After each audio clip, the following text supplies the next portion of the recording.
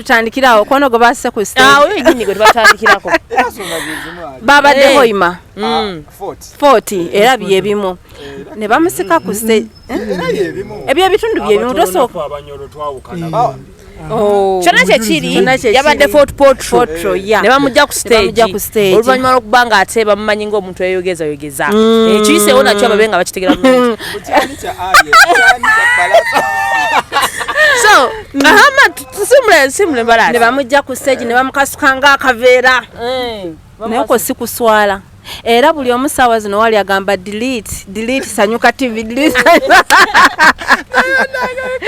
ensonga eyo tutandikireyo esi ku nsonga eyo ndoza kati oba ndio mbadde nebuuza wakati iguli agenda likola atya ku Monday anti amanyi kali ayina gamba cyane cya Sandra cyane alien simman naye anyways Sandra Lian nze ndowooza gundi media setting bayina engege babana charingamu oba producer waabwe zaga kisanyo ku presenter ye producer kyekaina kyayagala bakole ate producer utojja mugamba Brownskin ne dance sijja kola bwenti yayino control yayino kugamba do this okitegera bogana nga kujja kate ngo yagala sent naye lola baje kikira ne ku stage akikolere ku stage obanga balina mu studio sikitegera anti kate ekintu kino kyatandikira mu studio kintu kino by that is not a team no ekintu kino tekitandise leero ekyalien skin okubanga bakola ki nga bayisa bubi nga abayisa bubi there's a time alien skin we come from London ne basindikayo omwalo omubaye okumujjako interview aye naye engeri yamuhandlingam okitegeera ndoza kyabanyiza ngabbo yoyo alieni waffe anti baali bamu era yamugamba mulimizamu nnyo yamubuuza mbowulira otyo kubanga namugamba mpulira nga bulijjo bwempulira alien yali e London nga bingi omanyi omuntu oyinza okubanga omulabira wano ku media nga tomanyi emabega abeera atya off camera okitegeera alien yali e London nga basanyuka TV babera omanyi alien yagenze yabadde alaga amaalo ku nnyonyi simanyi agenze nakati ebyo byonna byali bimunyiiza okitegeera kati yakomawo ng'ajjudde kadali ne bagala omujjako interview okitegeera ate nga abadde bamukuba yes waliwo post emu gye nalabye waliwo omwala omu eyapostinze era ne gundi negitaginga Galaxy TV yagambye mbu alien yagaana okuwa buli omu ajja n'omuzindalo interview ne Harry interviews nene oba kusanze ng'ova ku kivulu ne bakusaba interview awa Galaxy yokka okitegeera it is not because alien yeeraga mbu yayagala kwalaga mutayagala kola na TV era yes omuntu asobola okukola without a TV but then engeri omuntu engeri gyoba omuhandolinzeemu kitegeera alien okuva gundi bwe yamukuba palaso abadde kale abamu bagamba we yafunye ettutumu but was already there okitegeera kati ate ne batandika okwogera ebyamunyiiza ebyamuyisa bubi like ne bamutraumatizing ng'omuntu alien skin is a human being nubanga akola ebintu nakola ebintu ebibanyiiza but is a human being he has feelings okitegeera ogenda akola ekintu naye kimunyiize kati bano eno media house ndoza kibale mu kola ki okutegeera Sandra Lian okumujja ku stage ndowooza alien yayogeddemu ne bano n'abagamba wallahi oyo mwana baba ali ku stage sigenda linnya okitegeera ate sigwe kusoso kyogera yagamba tagenda kulinya ku stage emu nani ne Palaso e London Palaso ne bamujja ku poster we saw that okitegeera so alien skin ye ayina kirimbu omuntu wanyiiza mbasagala mulabako okitegeera yes ta pretending ndowooza gundi eno badde batuule producer atuule ne bapresenter be abateke in another kind of nurturing than obateka mu nurturing ate bonoona bo balaba they are doing numbers TV yebekola naye nga gwe presenter bagamba mbu we have dismissed you okitegeera ne bakuwa ebbalo ne bagamba ogenze ani agenda okuyita okitegeera already bamanye engeri gye weeyisaamu abantu remember these celebrities trust me kyatuka ku gundi ono Tina Fierce was good okitegeera but then she used to bring emotions ez'ombuto bwe na becoming arrogant yali avuma buli omu okitegeera natuka nava ku media ne bamugoba okitegeera gundi ekipapula kyava eri waggulu mu UCC ne bamugoba nava ku TV nakola YouTube channel. She could have been prospering very well, but because abantu bano be yali avuma, if you try to talk to them, they are not her friends. Engeri gye abayisaamu kati nono omuwala asooka atunulemu bwe mba nvudde ku TV bakya ne bangamba bw'ovudde ku TV because anyone can come and they can replace you. Okay. You are presenter. They can replace you anytime, any day. Okay. Now, okay, okwongera kucha chabadde yogera kucha bano ba Liane, Sandra Liane. Nze kyandaba ekizibu ky'abalina ku TV yaabwe. Ku NBS. Ku Sanyuka TV. Yeah, all that. Yeah. Aba basanyuka. The challenge embalabemu ku bbanga lyembalabira. They balina nnyo ezzalawo nti they are good at putting people down. Kubanga kati oyinza okwesanga alien skin bamuleta and they took him for a joke. Yeah. Right? Yes. Kati they took him for a joke. Yeah, ate natuka naba surprising.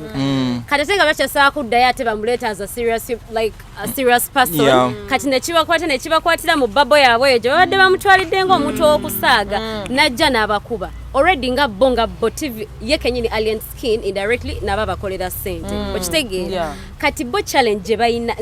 I can't say even the producer ansonga. Producer maybe alizobawa a list of things that yayagala bogereko. Naye your output comes from you as a person. Nze Matilda, if Douglas is my producer, agenda kuga Matilda, lero njagala togere ku alien skin champion good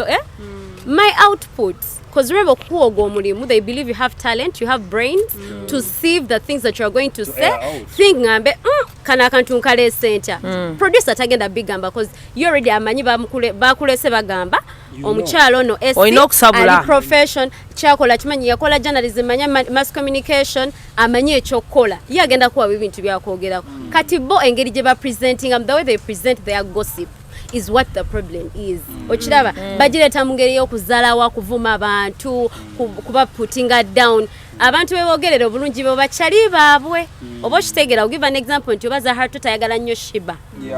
ajamu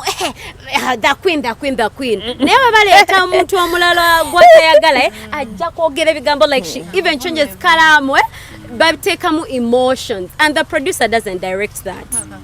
I'm sorry, like waro nature chembade njagala ogamba ku that last point. What was it? Yeah, the Tina Fierce thing. I don't think Tina Fierce had a problem, by the way. Rakubanti, the celebrities between now and okay, not even celebrities, the popular people that we have, the known and the influential, they don't understand the showbiz business that they join, right? In the showbiz business, bovayo kumachane nkera nenga Matilda ngena wakabi oba njagambere mu media. There are so many things I should expect, and most of it, criticism. Thank you. To be criticized is not a problem, by the way. It is part of the business. It's part of the game. Katikamiro ni wabakuwa mupira. Negukuluma. If I have said it, I have a right to my opinion. That is my job.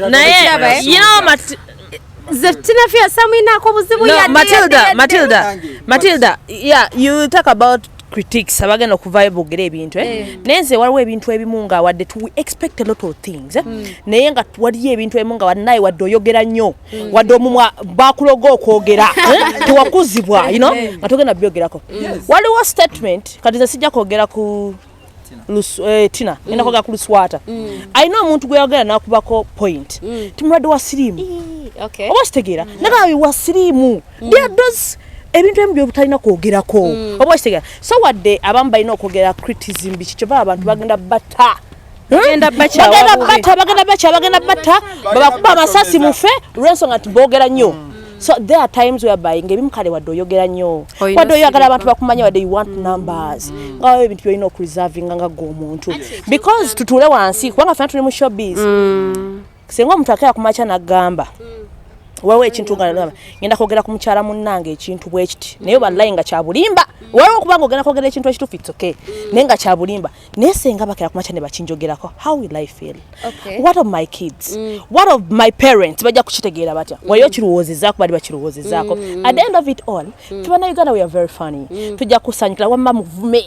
musabule obana abakusibaali tetujja kubeerayo bwana bakuziika bajja kuziika kamuntana we shall not be there so tukole ebintu mu butuufu bwabyo ebituufu tubyogere nga tulina byogera wadde oba obasazeewo be spicing up naye byotamanyeko mitwe na magulu please chat up anti kanechera SC maybe also to support on her point nze challenge genda nze ngazo omuntu ayegombe nnyo okubeera mu showbiz and all that okay not showbiz but okuweereza entertainment over things that are going on we have a lot of unprofessionalism nti abantu babagamba okola ku TV oba balooza bamuwadde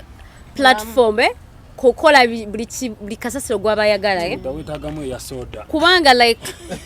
abantu bayinza baboogera ebintu ebituufu but the way they address those points is the problem nti ogenda kujogamba omuntu yes maybe ayina siriimu but that's not a problem you do not have a right to talk about it that is my life talk about the problem that you're looking at right now okitegeera nti abantu abasinga ba TV hosts baffe betuyina oba ba media personalities but first of all they are very disrespectful ate ekyo kya disrespect nze oluusi nkitunuuliza ne mu background zaabwe okuva ewabwe gye bava okitegeera nti abantu abasinga betulina mu media baali bayiriba you get they don't have that organized nurturing nti omwana abawo nga ye taswala okitegeera omuntu najja ku TV nga taswala ye nga ye ayogera bogezi buli kyasanze taswala ayogera bogezi so ekyo nakyo it's a problem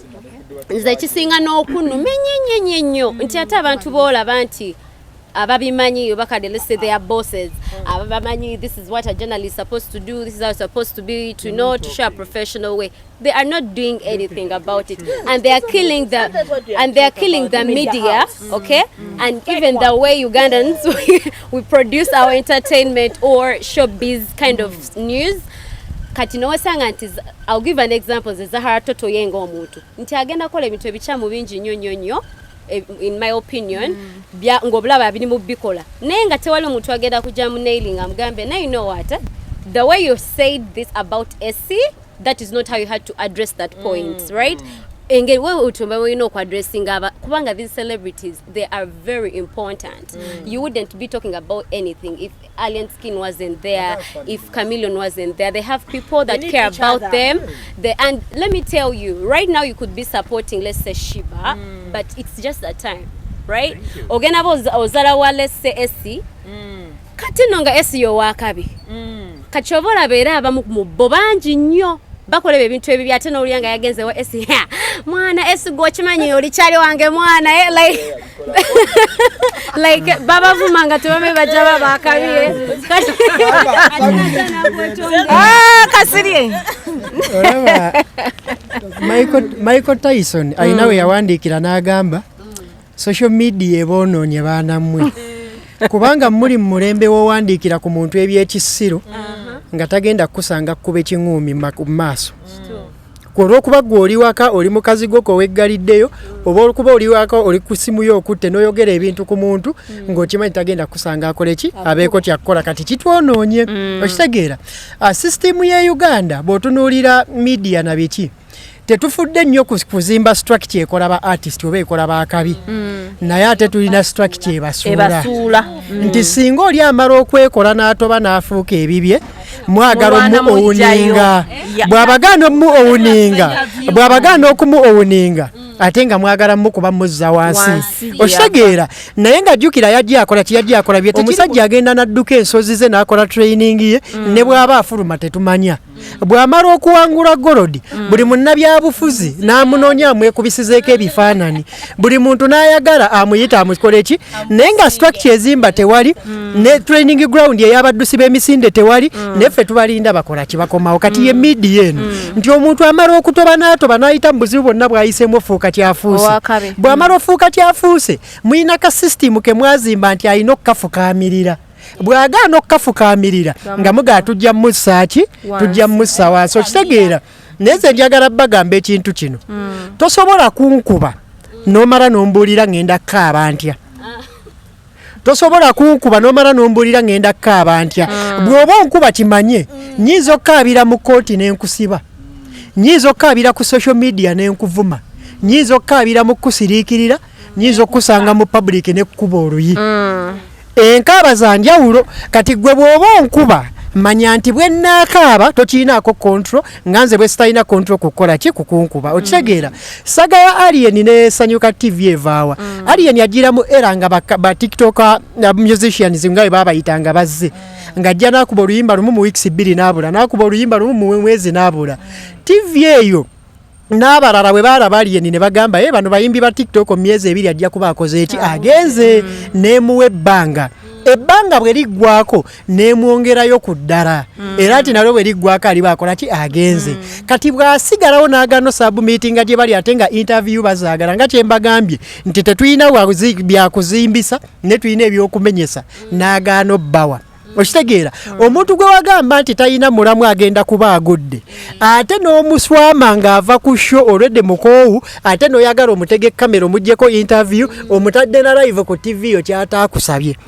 ng'ate jjukira gwe wamugamba agenda kukola kyagenda kugwa kati naye bw'akulaga attitude eyo olina kuddayo mukobuntu n'ogamba naye omusajja namusobya wanditaddewo sisitimu yakwetonda musobole okuddamu okukola ki okukwatagana bakuma bukumi lutalo ne lugenda mu maaso ne lukola ki ne lutambula okitegeera olutalo ne lujja nga lukula paka etukola ki paka etutuuse wano twalabako Alien ng'ali ku papazi nga sinkanye makona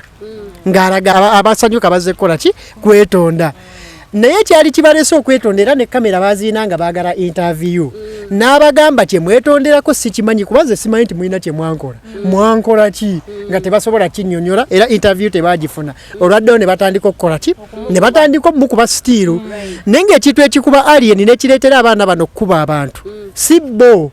producer waabo yennyini ye bwatyo bwazimba producer ono yazimbye brand zinga babbajjo azimbye ye yazimba Ichuli ye yazimba bazahara ye yazimba bakeizi kati ye style ye bwatyo mwabazimbira era kyovoola bane makona wabajja kusanyuka statement gyasooka okukola nga ali ne ba Douglas yagamba oyali ye ni simu yimbi byakulumba kuba nti olumba n'ofuna media attention traction yabwe batyo bagikola ki bwe bagifuna so kati system yabo wetyo weri tetujja banenya kubanga we cannot control your business wabula mumanye ekintu kimu bwonkuba tombulira ate bwe naakaaba buli omu ayina enkaaba ye by the way mbadde mbuza Mr. Kasirye nga tanagira kazindaalo producer wa show ye gundi kafuko si mwenyini butogo bwa supaka kiwedde obuzibu bwonna bwendabawo buli ku producer waabwe abana bayinza okuba tebalina buzibu naye nga producer ye mwenyini katogo ati kati obuzibu obuliwo bubeera bumu naava nti there is life after media ngamba nyo abali ku TikTok there is life after TikTok ogenda kumala live ovuma abantu obawemule okole ki bono maro switchinga off what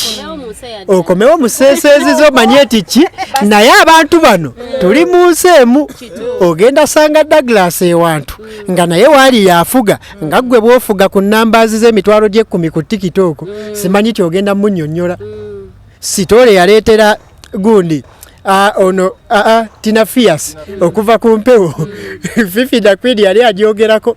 bayina gwe baleetaawo ne bamuleeta Fifi n'amukuba mu Luganda Tina n'amukuba mu Luzungu n'amala ati omukuba mu Luzungu tekimaze n'amukuba ne mu lwe waabwe lwennyini mu lweka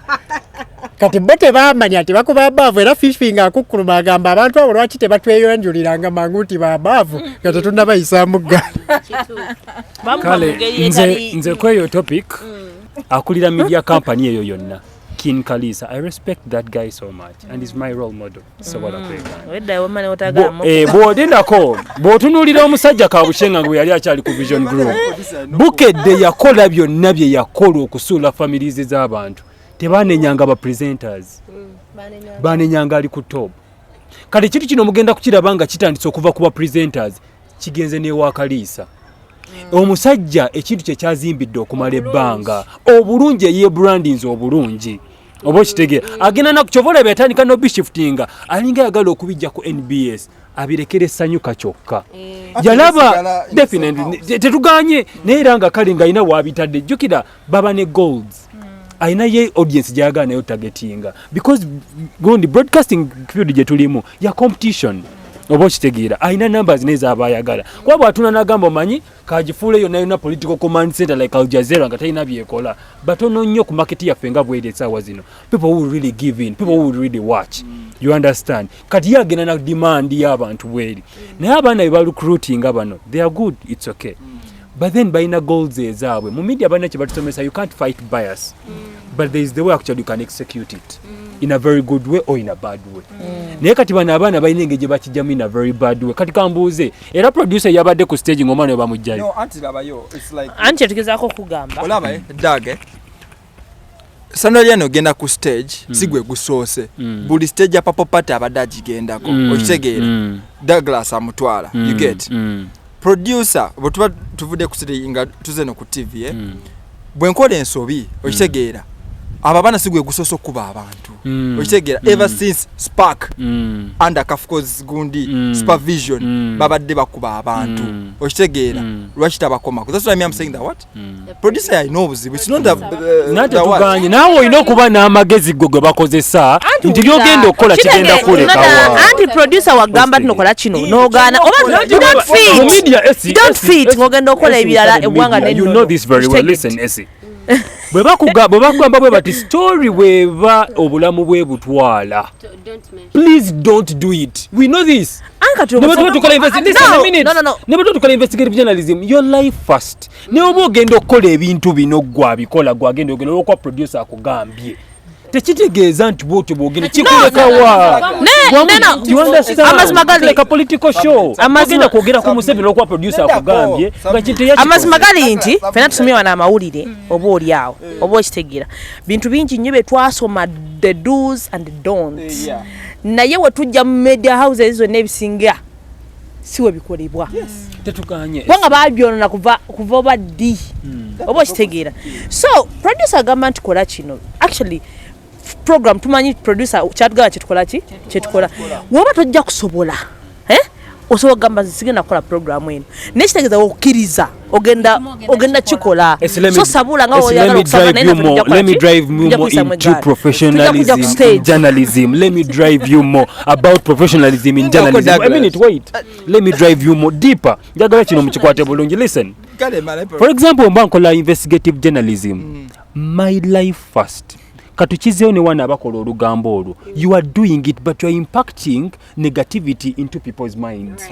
and remember they are going to just use you at the end of the day and they dish you out ogenda kubaddamu nga kasire bwakyogedde abantu bano bogenda okudiiringa nabo soka naawe olowooze gwe kyagambye yasobola okuya mu kamera n'akikola kuba kati amayinja bwe gajja tegakuba producer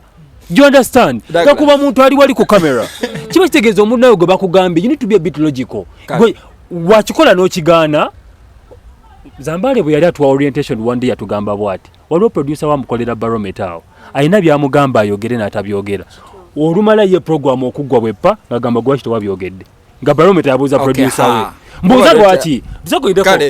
lwaki maliriza Zambale yazimba omuwendo mu ye bamweguya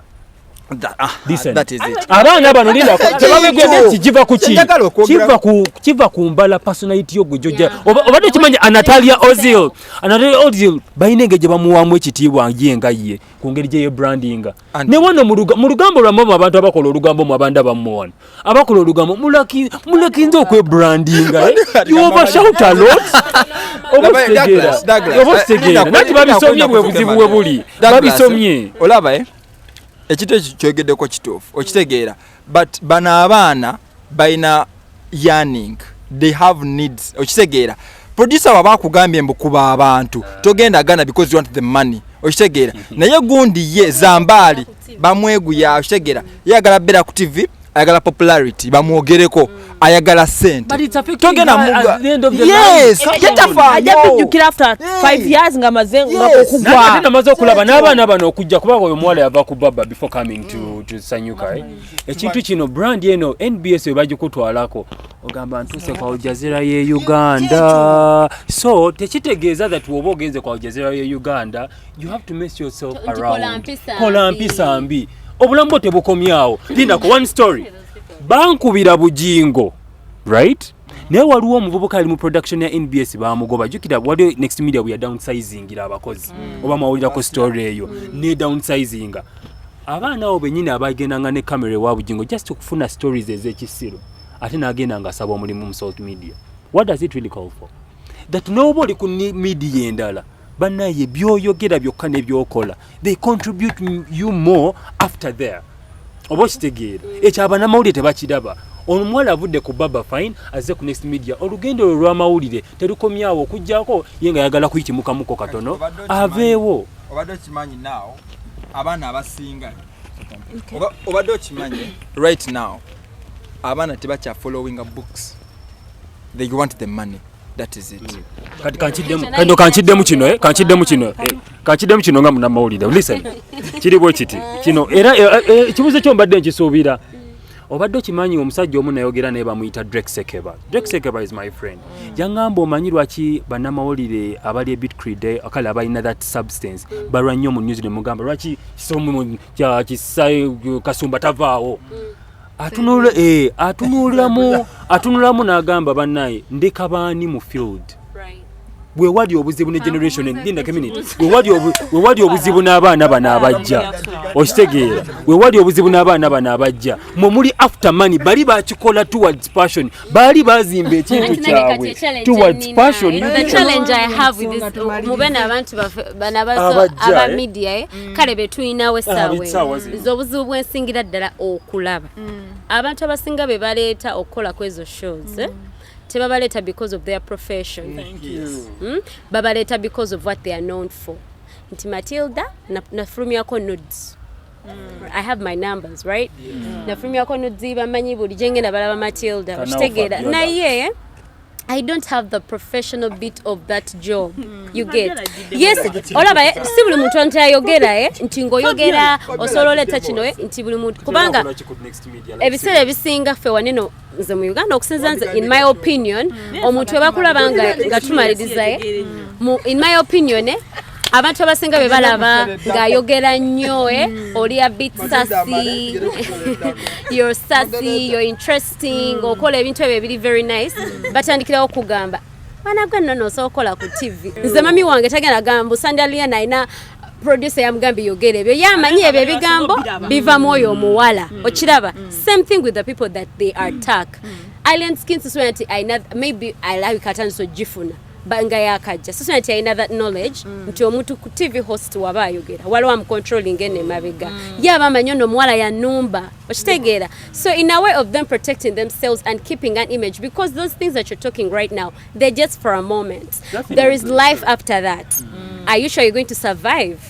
Bayinza obutakutta but they're not going to recognize you and you're not doing this ate kisinga n'okola ekinyizirira ddala tebakola ebintu nti nno bayina kyebagala building too but they are doing it for survival, right? Which is very wrong. Bayina okola guno omulimu nze mu kumaliriza bino ebintu all the people that are producing and abagezaako okunoonya content they should make sure that they are as professional. Boba tewasoma journalism webuze kubasoma journalism omulimu guno bagugusa batya okitegeera kuba n'abatusookawo nga bogambe ba Drake Sekeba bakolanga ku TV nga tebavuma abantu they had following and at that time tutwainanga na social media only on TV but people would go back home and watch. So think of ways, go back and look into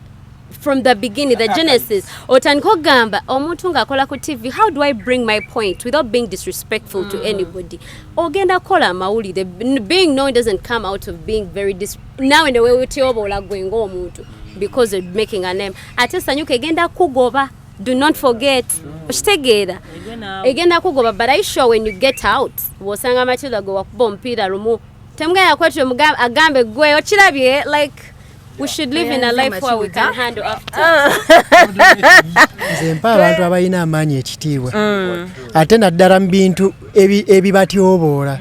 oli bw'aba yakyogedde omuleka ye yentegera n'endowooza togikaringa ono kubalala oli asobola aba nga yakyogedde ne kitamukwata gwe yakizeemu ne kiba kiiso kya mbuzi ne kirekerera omubaazi ne kiterekera omusazi ne tutuli muki omubaazi okitegeera so kati abantu abamu mubaleke babeere gye bakola kiri babeera ate naddala bano abantu abatali mu layini yaffe yakuba nti bajja bavumaavuma bayombayomba nze naliko ku live awo inviting abantu ne bajja omwana olwatuuka ku live n'avuma Edi Mutwe ne mugamba anaisirabako Edi Mutwe ng'avuma omuntu n'amaanyi agakuba agayina n'esimulako ng'akuba muga oyo mukole ekimusparing okitegeera so abantu abamu tubaleke bwe baba abazimba bwe batutukole ki bajja tuleetera ebizibu omuleka ojja kalinga ki statement kye kikufuukira ekizibu ng'oli yarabye ggwe oba olusinga oli amuti agamba oli ajja kumpe mulanfiireko naye example kangikolere kasiri gwe njo okukola ki gwe njo osobola okitegeera naye nga bwe twogera ku bivulu ebivulu nze bye nalabye buli omu yafunye feya taanapo nga yabadde akola ki yabadde akigwana navio abantu bamuwerekeddeko 20 years of navio kirungi nga abamanyi abatoba n'endongo nti mu Uganda nga yenabagambye tetulina system eyambako bantu bano kuzimba tubalinda balina bye batuuse ne tuba owninga TV zaagala ziyimbire bwerere radio zaagala ziyimbire bwerere abatwala kora tunes zo bazaagala ku bwerere naye nga wali singa wajja n'obagamba mujje munteeke mutukole bali tebasobola kukola kikujja so kaakati awantu wokka bwe tulina etulinga abafuniramu bye bivulu kubanga ne policies eziprotecting zikyali nnafu okitegera n'abamu tebannabeera sensitized enough kukola kikuzimanya so kati bwe mubanga mwawerekedde navio mu nnamba bwetyo nga celebrating emyaka 2 kikya kyakabi okitegeera abadde tayimbayimba okitegeera then n'abantu abalowooza nti navio DS eno batagiinaamu nnyo manyi takola ki mwabaswaziza numbers ne muzikola ki ne muzimuwa performance gye nalabyeko yabadde nnungi sound yabadde nnungi okitegeera era audience ye nebanga nayo yabadde nnungi then ku side y'okwepiikya gravity ye mumumanyi cricket ovoyo agiteekamu abantu be mu ngeri ye wadde abamu mujja kikontesting nga waliwo gwe nalabye ng'agamba tiketi za bwereere ne mugamba naawe tutegekereyo oko tugabire tujje oyinza oboga gravity tyagala tiketi okitegeera kyekiri kyembagamba mugenda mumanyi temumanyi kuzimba naye mumanyi okumenya mu tiketi za bwereere gwa bwe zibanga za bwereere naawe tuyite tukole ki tujje abantu abamu otegeka ne birthday y'omwana wo n'abafamire ne batajja ng'emmere ya bwereere oluusi oyinza n'okwagala obbatambuza ne batajja so omuntu bw'aba asobola okitegeka eky'obwereere ne bajja nakyo kyamaanyi okitegeera so tulekeraawo okubeera abacontributor kuzimbulula naye nga mu kuzimba tetukola kitetubaawo congratulations gravity omutujju congratulations navio akyabadde kyakabi mwebala abagenzeyo ne muwagira endongo ya Uganda principal yabaddeyo nnyo banga yena principal anyirira principal alabika bulungi banaye principal alabika bulungi agwawo lwabiki So Navio's concert was a success. Setup was good. The bobo tunuddemu engeri gy'abadde akolamu marketing. By the way, akoze branding. Yeah, abambayizo gamba abantu bazebuzi. Navio has been doing what it takes okulaba mbu gundi yevayo bulungi. Last year yafulumya album era buli gundi waliwo show gye nalaba he was yali ku Kiss Radio eri Nairobi n'abagamba omwaka ogujja ngina kubanga nteekayo ekivulu kyange kya 20 years celebrating 20 years of Navio okitegera so avudde emabega nga building his strategy okulaba mbu his concert be successful okitegeera so abadde bagamba mbu simanyi Navio agenda yimbya aba high school yabaswazizza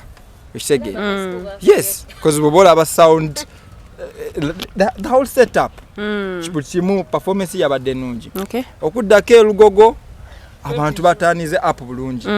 kuba as usual gravity buli mwaka yaba ine kivulu elugogo so that one was not a surprise nakyo kyabadde bulungi yeah omuyimbi wano e Uganda asobola okuyimirirawo n'aba successful kale let me compare nga gravity bwali mu Uganda wano because abasinga ba excuse inti management zeziba making ku becoming stunted obuchekala obutakula baba a bit grounded teba sprouting nga band sprouting but gravity era abayimbi mbasaba mwebuze ku gravity ngeja akolamu ekintu mu Uganda wange wewa muyiribi nawe kiriro oyiribe obokitegeera muyiribi gravity I was very shocked waliwo yangambye nti bayingiridde mutwalo nange ekirungi abantu tebaagala birungi ebyo no neyise bebasinga okwagala away from that Navio's stuff Navio by the way is a very disciplined guy that's what I know about Navio is too disciplined a very calm guy as planned kids as you know us very disciplined you know as you know discipline is really very key bambye muyambyeko and Bobby Wine mwebazaako kimu sina kubeera ya principal byo gwabye manyi here we are in the music industry is Bobby Wine principal tujamula beri muno tujamula mu politics mwe babanye naku ya mwenze sibimanyi ebyo bringing you back to the topic is that yebale kukula na Navio because abasinga yebali nya ranks bannabasuula nti ne wanaabamuyise abejjako oba okitegeera naye nze kyemwebazaako yebale kuba na nabyo for all the journey balina n'oluyimba bona during those days like that bambi kyemwebazaako ekyo kyokka yebale kukula naye that's what I can say but other stuff is very disciplined but about that it's a principle manyi waliwo abavayo ne bagamba wakola olimbo ne navyo but have not yet posted kyaliwo kemabega but I was on Instagram lwali lwa kutaano yateekayo post nagamba mbadde neerabidde lwakuba mbadde ndi muki kuba abadde ayina no wait let me finish abadde ayina tour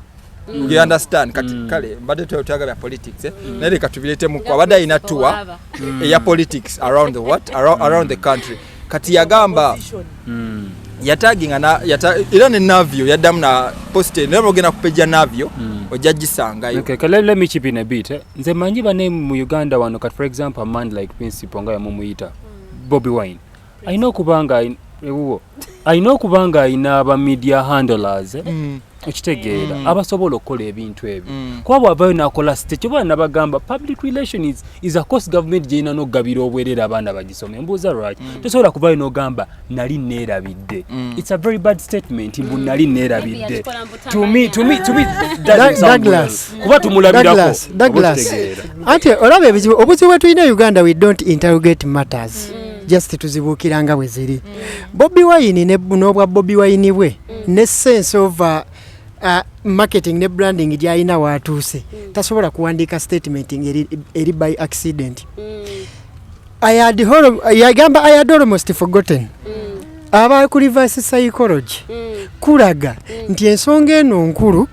naye abadde ayina ebimukutte to the extent nti abadde agyerabidde nogikola ki nogyerabira lwaki it makes more sense era kigenda gifuula point of discussion than nga bwe yandireese ngeri plan okitegeera so ebiseera ebisinga si buli muntu ti agenda kuleeta ebintu ng'abikola ki nga abireese direct ebimu ku public relations bye tukola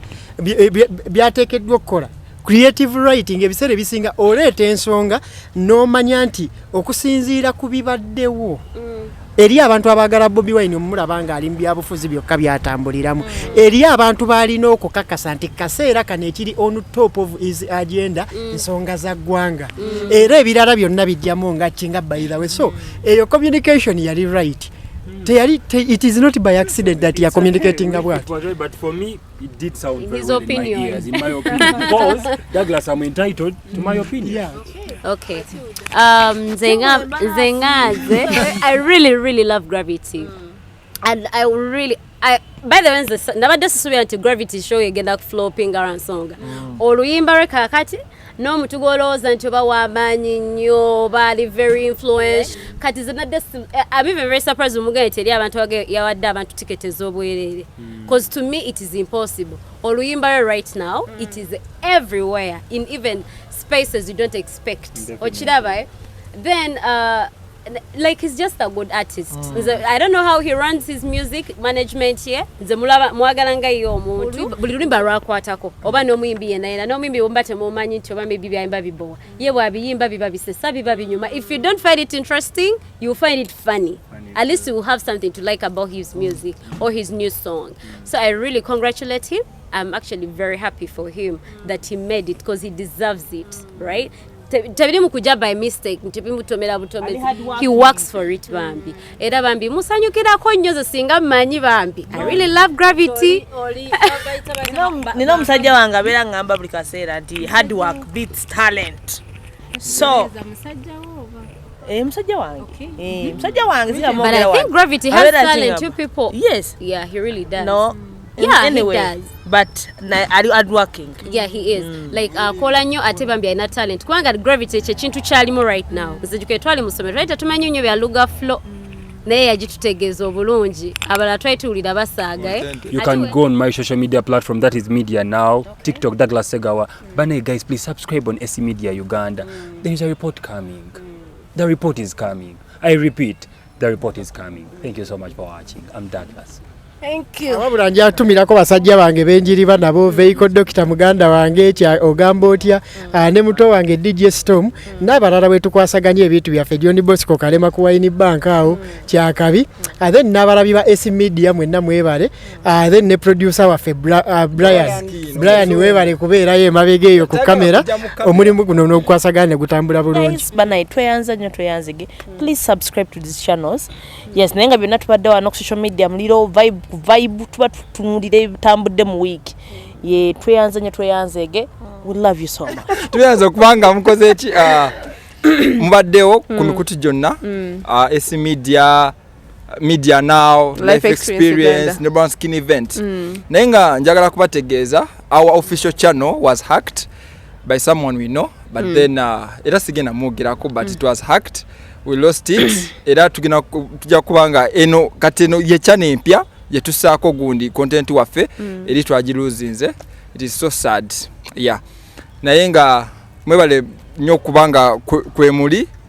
mwongere ku subscribing oku liking to the different channels and commenting banange. Nekyala munonyeze ku Douglas omukyala wankwadaga mbambu ali contented naye akyanoonya. I'm broke personal. Yeah, nenga twadde ku Satellite Hotel wano Ekisasi Chanja Road. They have good rooms. Ndabe bali kutereza wali bagina tuterawo pool, bayina healthy club, they have a good gym, bayina sauna. Yes, okujja waneno ka weekend okamalira waneno. Just no sasanyako ku sente just a little bit. Mwebale nnyo. I want to appreciate everyone that is in this business of creating and